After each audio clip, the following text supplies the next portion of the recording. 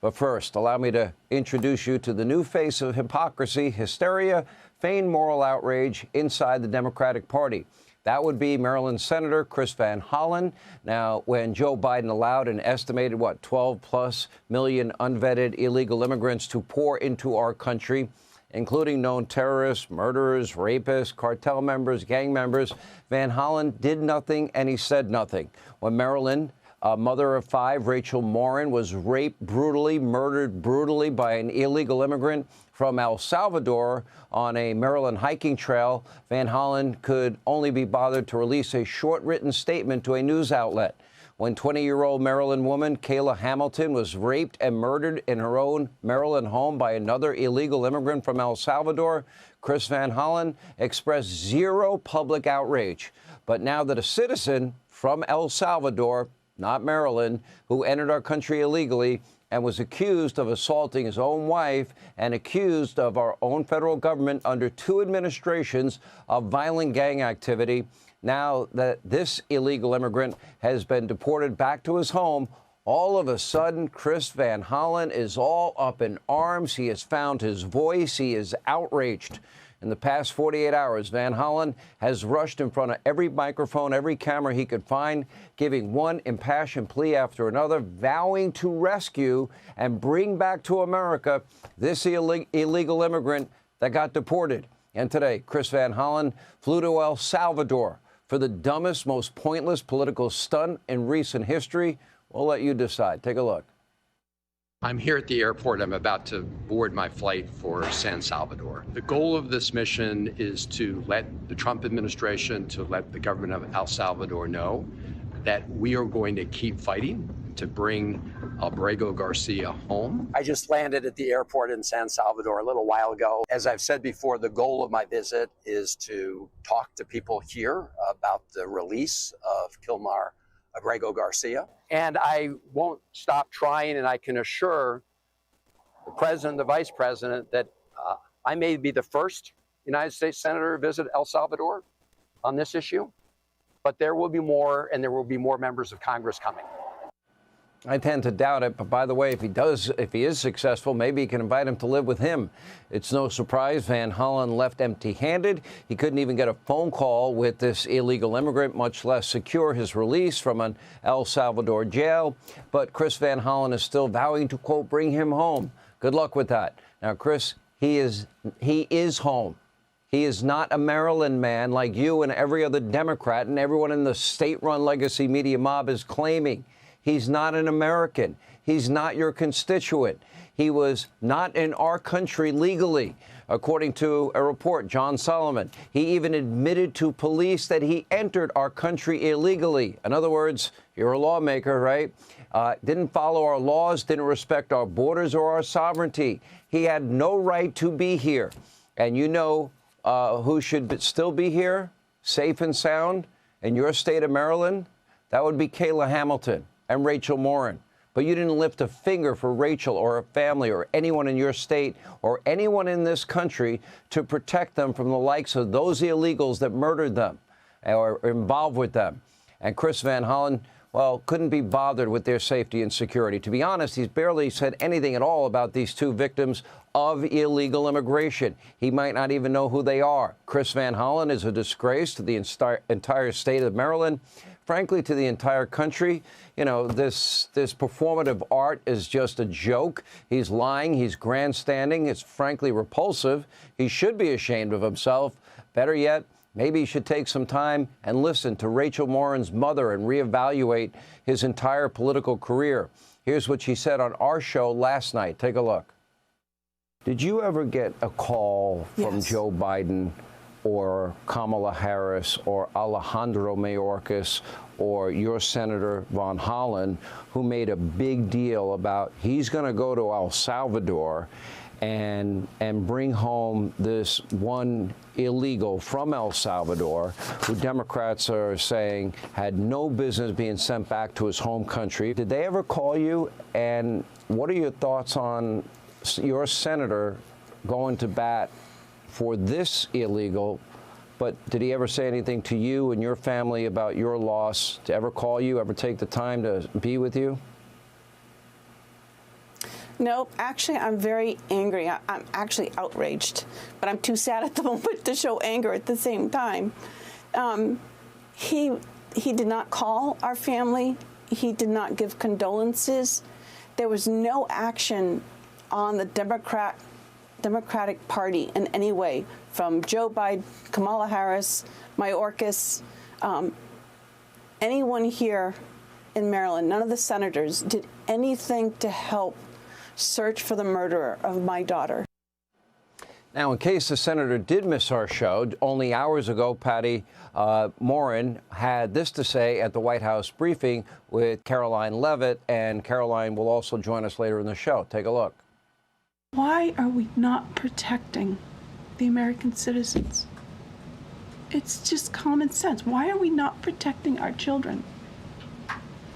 And to have a senator from Maryland who didn't even acknowledge or barely acknowledged my daughter and the brutal death that she endured, leaving her 5 children without a mother and now a grandbaby without a grandmother, so that he can use my taxpayer money to fly to El Salvador to bring back someone that's not even an American citizen. Why does that person have more right than I do, or my daughter, or my grandchildren? I don't understand this. I've said it before. I will say it again. Joe Biden, Kamala Harris, Mayorkas, and everybody that stood by silently and didn't lift a finger to secure our border, as far as I'm concerned, they all have blood on their hands. And by the way, they did not have the courage to even call these families, Lake and Riley's family. They didn't have the courage to call Jocelyn Ungary's family, or, you know, in this case, Rachel Morin's mother. Why not?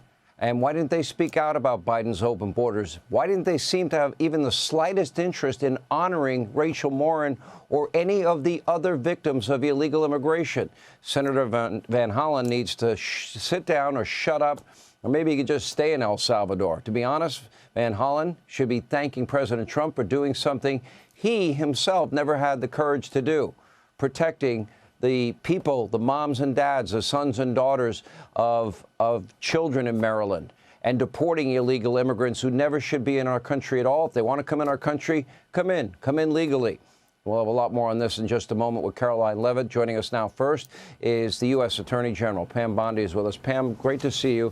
I want to put up on the screen a timeline because there seems to be, in the media especially, a narrative that is completely and totally and utterly false regarding, quote, Mr. Garcia, and not one but 2 courts actually said he was an MS-13 gang member and identified him as such. Can you please explain what you know about him?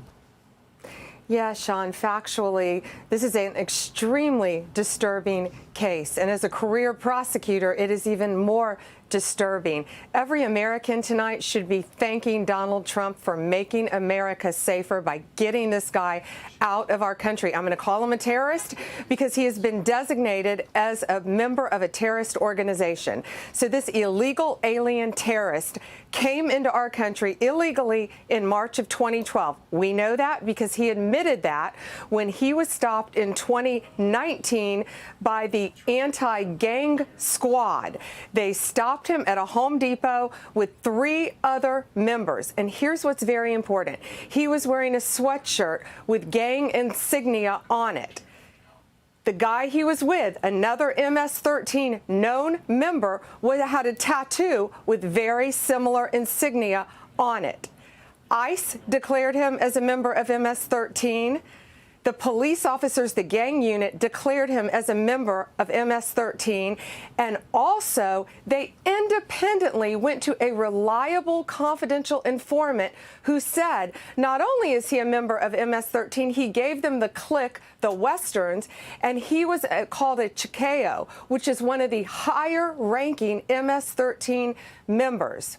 So they rightfully detained him, rightfully. An immigration judge agreed. An appellate immigration judge agreed. Now, here's where it gets even more frightening. In 2021, his girlfriend previously, his wife at the time, who he had married in jail after he'd gotten numerous tickets, didn't show up for court. He marries her in jail. She has a baby with him.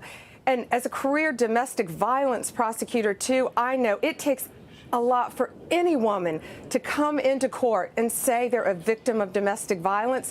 This woman came into court twice, getting a restraining order against him, saying it's horrific. He had beaten her. He had punched her in the eye. He had ripped her clothes off. What causes a young mother to do this? Her child was with her. She talked about her child in the petition for an injunction for safety. Ultimately, she didn't show up for court. That's your typical domestic violence victim. But this victim was even braver because she was married to one of the top MS-13 members who was illegally in our country and a terrorist. So now Can you explain? he gets... Oh, go ahead. Go I'm ahead, sorry, Sean. Pam. Finish. No. You finish. So, Sean, he, under Donald Trump's incredible plan to get these alien enemies, these terrorists, out of our country, he is deported. He is deported back to where he came from, El Salvador. He is sitting in a prison, and every American should be thanking President Trump tonight, and every liberal journalist who has called him a Maryland man and saying he was rightfully in this country should be apologizing tonight to President Trump.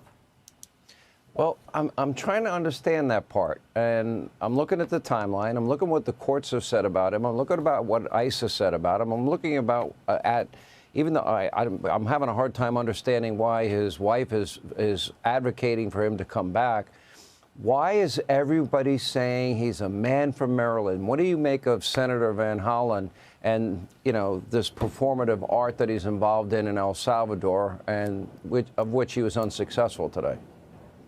Well, America is safer because he is gone.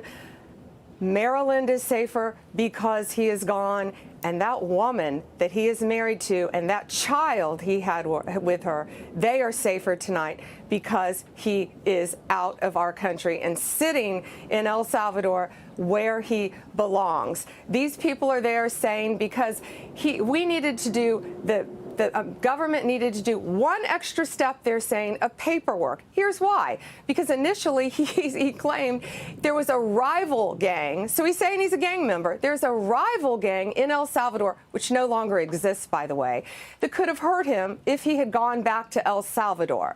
So there was no ending for him, none, where he would end up staying in this country. And President Bukele made it crystal clear that he is not returning him to our country.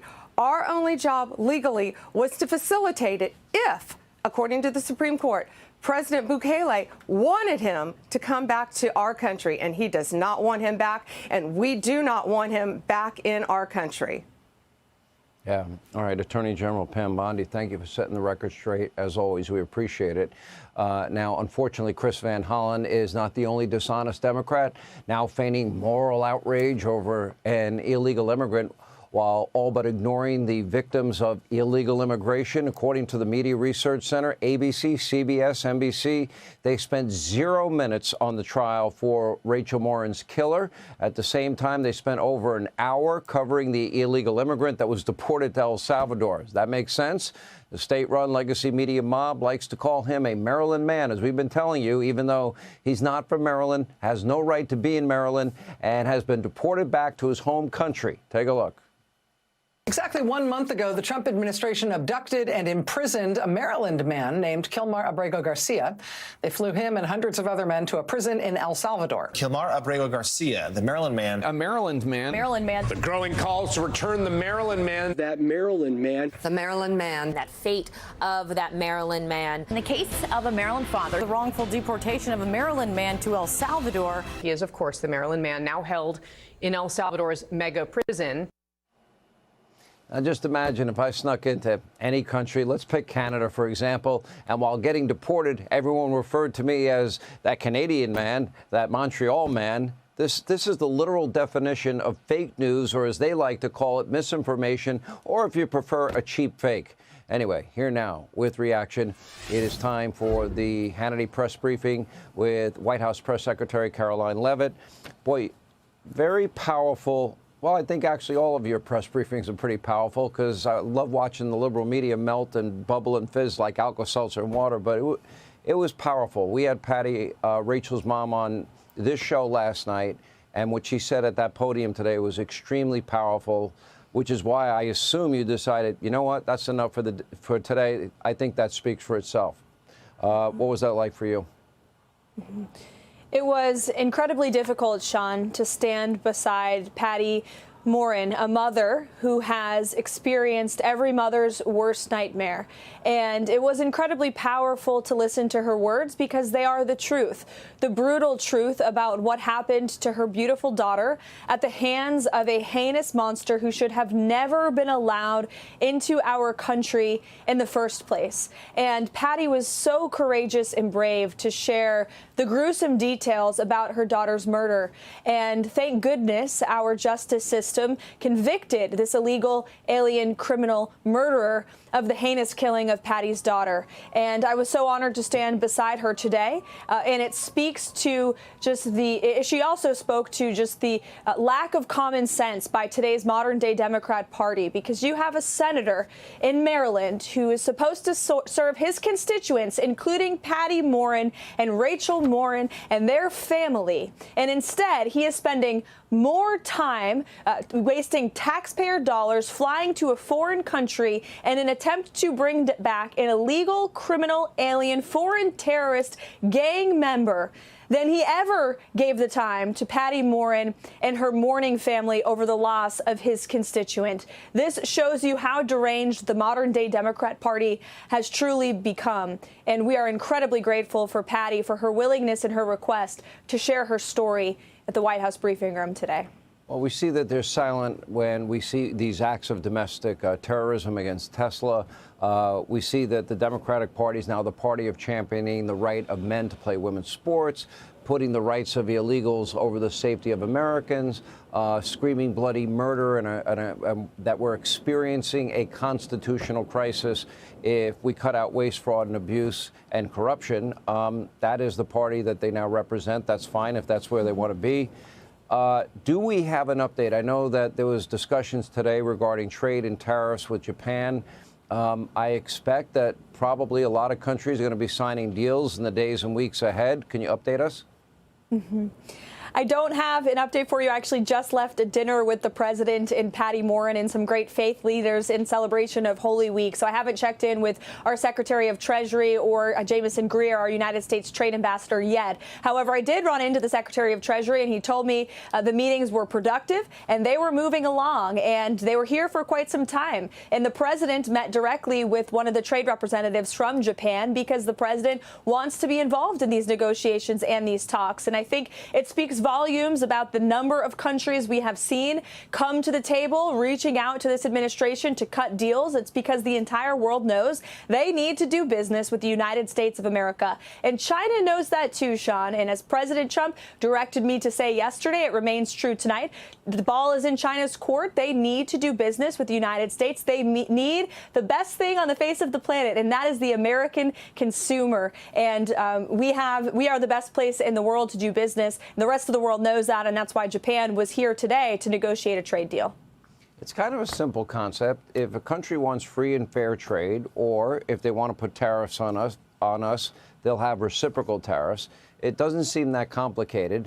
And if they're going to put barriers up to products being sold in their country, we'll do the same back to them. If they don't want to do it, then it'll be really free and fair trade. And that would be something that has not happened in our country in, what, 50 years, 60 years? Anyway, Karoline Leavitt, we appreciate you being with us. Thanks for watching the video. If you are new to our channel, please subscribe to support us for more updates. And do not forget to share your opinion in the comment box.